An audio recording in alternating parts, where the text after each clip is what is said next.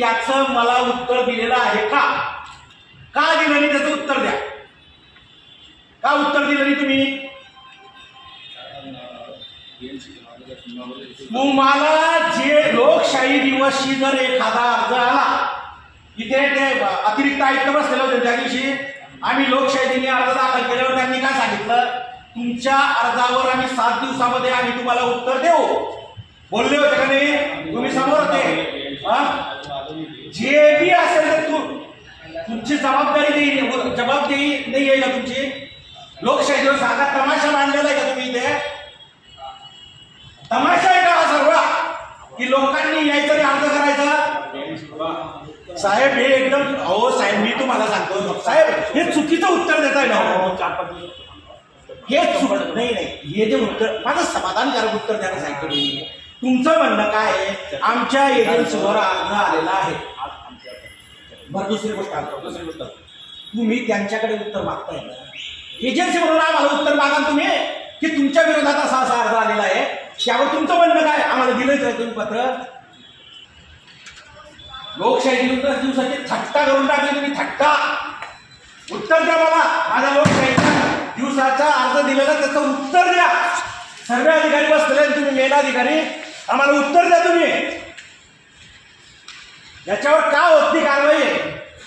एका बाजूला महाराष्ट्रामध्ये सर्व ठेकेदार काम बंद आंदोलन करताय. एका वर्षापासून आम्ही EMD भरल्या, बिलोचे DD भरले, आणि तुम्ही वर्क ऑर्डर देत नाही. कामं कॅन्सल करा, काही तर करा. मी काय म्हणतो, जे असेल ते उत्तर द्या लेखीमध्ये आम्हाला. आम्ही कोर्टामध्ये केस करू तुम्हाला. आम्हाला उत्तर द्या. आम्हाला पत्र द्या. नाही दिलंय का आम्हाला पत्र तुम्ही? 1 वर्षापासून आम्ही तुमच्याशी लढतोय. मूर्ख समजता? आत्महत्या केलं पाहिजे काही लोकांनी. चला लाखावर पगार घेता ना, तुम्हाला जबाबदारी आहे का नाही आहे? अहो साहेब, हे असं महाराष्ट्रामध्ये कधी झालेलं नसणार.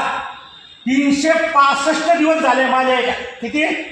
363 दिवसापासून प्रलंबित आहे वर्क ऑर्डर. मूर्ख बनाय. बिल्डिंग इन्स्पेक्टरला तुम्ही सिटी इंजिनियर बनवून टाकलेलं. इथे बी झालेलं लोक रिकामे पडलेले. बी झालेले ME झालेले. तुम्हाला पंटर पाहिजे इथे. करा ना, माझ्यावर गुन्हा दाखल करा ना तुम्ही. मी एवढा बोलतोय का? माझी एजन्सी आहे, माझ्या एजन्सीवर ब्लॅकलिस्टची कारवाई करा तुम्ही. असं करू नका साहेब. पोरं आत्महत्या करतील.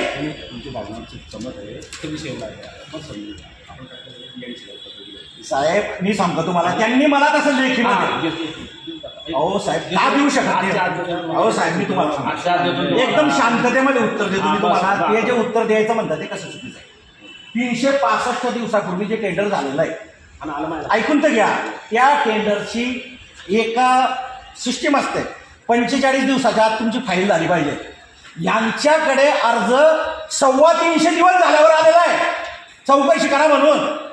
तर ते 324 दिवस तुम्ही का थांबलेले होते? वाट बघत होते का तुम्ही? वाट बघत होते का अर्जाच्या कोणाची तरी? का कोणाच्या बापाचा फोन आलेला इथे की कामं देऊ नका म्हणून? बेइज्जती होईल साहेब तुमची, बेइज्जती. आम्हाला काही फरक पडणार नाही, कारण आम्ही घरदारं विकून कामं करतोय. बापदादाच्या प्रॉपर्टी विकून. मला जे बी करायचंय मी कायद्याप्रमाणे तुम्हाला कागद देतोय. तुमचं म्हणणं मला कायद्याप्रमाणे द्या. दिलं का तुम्ही? माहिती अधिकार साहेब मला एक सांगा. मागच्या 3 तारखेला मी माहिती अधिकार टाकला. तुमच्याकडे आला ना माहिती अधिकार? तुम्ही कचऱ्याची पेटी टाकून दिली त्याला. कारण बाप आहे ना तुमचा मोठा बसलेला. जिल्ह्याचा बाप तुमच्या बरोबर आहे असं समजतात तुम्ही. यांनी काय सल्ला दिलेला होता माहिती आहे का? यांच्या बापाकडे जाऊन पाया पडून घ्यावा म्हणे रमेश भाऊने. बोलले ते. असं करू नका तुम्ही. तुमच्या कायद्याने चाला. 2 महिने बाकी आहे तुमचे. आम्ही वैयक्तिक तुमच्यावर काय अर्ज फाटी दिले का? आम्ही वैयक्तिक कोणावरच अर्ज फाटी करत नाही साहेब. मी यांना हे काय केलेलं आहे, यांना सांगितलेलं आहे तुमची फाईल कोणत्या टेबलवर. हे तर सुटणारच नाही तुम्हाला. अजून सांगितलं साहेब जबाबदारी तुम्हाला. तुम्ही रिटायर झाल्यावर बी त्या माहिती अधिकाराचा तुम्हाला दंड लागणार नाही नाव बदलून द्या तुम्ही, कारण मी लढतोय माझ्या न्याय हक्कासाठी. तुम्ही कशासाठी करताय? तुम्ही लाख रुपये पगार घेऊन माझं काम करत नाही, मला त्रास देताय तुम्ही.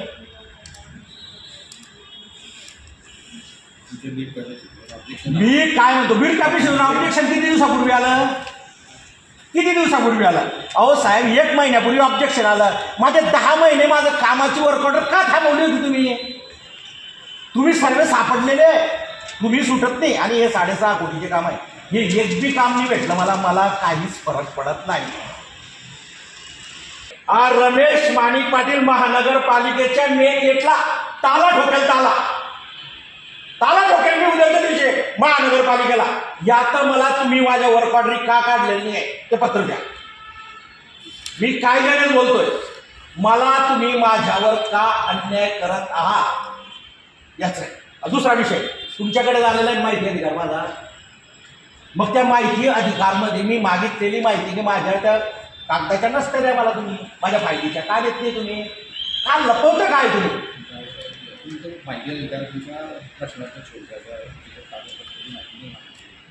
कसा प्रश्नार्थी स्वरूपाचा आहे ते उत्तर दिलं असतं तुम्ही मला केव्हा.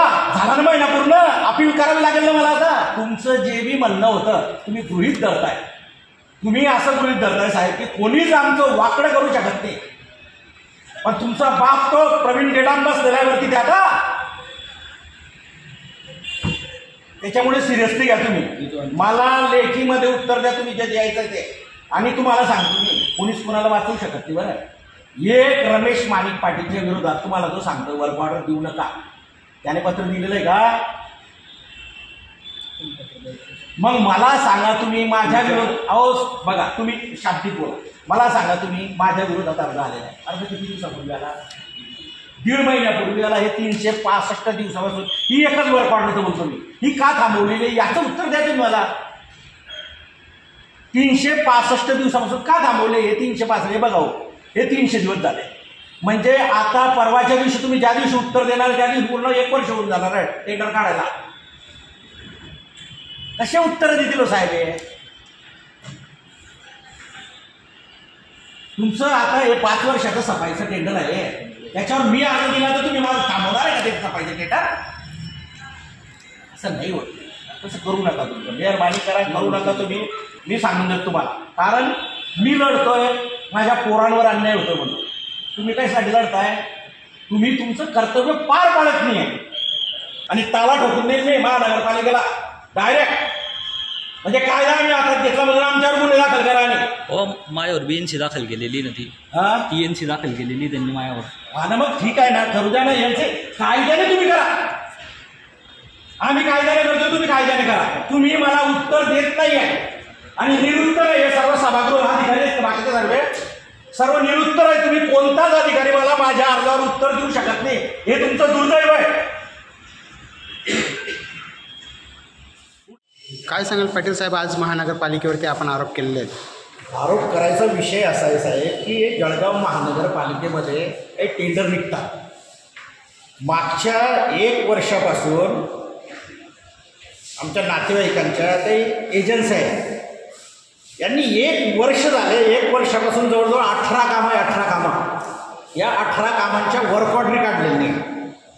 मागच्या 1 महिन्यापूर्वी आम्ही लोकशाही दिवस एक अर्ज दिला की सदरून या वर्क ऑर्डर का काढल्या नाही तुम्ही? ही महानगरपालिका लोकशाही दिवसाचा अर्ज 1 महिन्यापूर्वी दिलेला अर्ज त्यांनी सांगितलं की 7 दिवसात चौकशी करून तुम्हाला कळवतो. 1 महिना होऊन गेला, त्यांनी अर्जाचं उत्तर दिलं नाही. आता पुन्हा लोकशाही दिवस आलं, म्हणजे एक टेंडर भरायला 363 दिवस झालेले आहेत. 363 दिवसापासून टेंडर होऊन गेलेलं आहे आणि त्यांनी आजपर्यंत त्याची वर्क ऑर्डर काढलेली नाही. म्हणजे 8-8, 10-10 महिन्यापर्यंत हे वर्क ऑर्डरच काढत नाही महानगरपालिका. एका बाजूला सरकार म्हणतंय सर्व ऑनलाईन करायचं आहे, फास्ट करायचं आहे. जर 1-1 वर्षापर्यंत 8-8, 10-10 महिन्यापर्यंत जर हे वर्क ऑर्डर काढत असतील तर ही जळगाव महानगरपालिका, हिचं जळगाव महानगरपालिका हे नाव फोडून जळगाव जिल्हा तमाशा मंडळ या महानगरपालिकेचं नाव टाकलं पाहिजे. कारण इथे आंधळ गडतंय आणि कुत्रपीठ खातंय.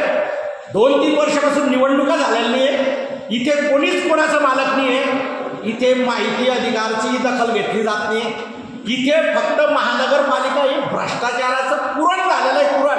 नेमकं आपल्याला काय उत्तर देण्यात आलंय? उत्तरच दिलं नाही. म्हणजे माहिती अधिकारचं उत्तर देत नाही. लोकशाही दिन हा मरून गेलेली लोकशाही असा प्रकार जळगाव महानगरपालिकेमध्ये झालेला आहे. 1 महिन्यापूर्वी महानगरपालिकेला एक पत्र देतो आणि दुसऱ्या लोकशाहीने अजून पुन्हा पत्र द्यावं लागतं, त्याचं स्मरणपत्र द्यावं लागतं आणि त्याचं कुठलंही उत्तर या महानगरपालिकेमध्ये मिळत नाही. एक गंमत आहे, इथे बिल्डिंग इन्स्पेक्टर या महानगरपालिकेचा सिटी इंजिनियर होतो आणि त्याच्या हाताखाली BE झालेले MBA झालेले इंजिनियर काम करतात. म्हणजे हा दळदळटन पुत्रपीठ खाता अशी महानगरपालिकेची परिस्थिती आहे. पुढचा काय पवित्रा घेणार आपण? पुढचा पवित्रा आपला आमचा कायदेशीर लढा चालू राहणार आहे. आता आयुक्तांना आम्ही पत्र दिलं, आता लगेच मी जिल्हाधिकाऱ्याकडे साहेबांकडे जातोय.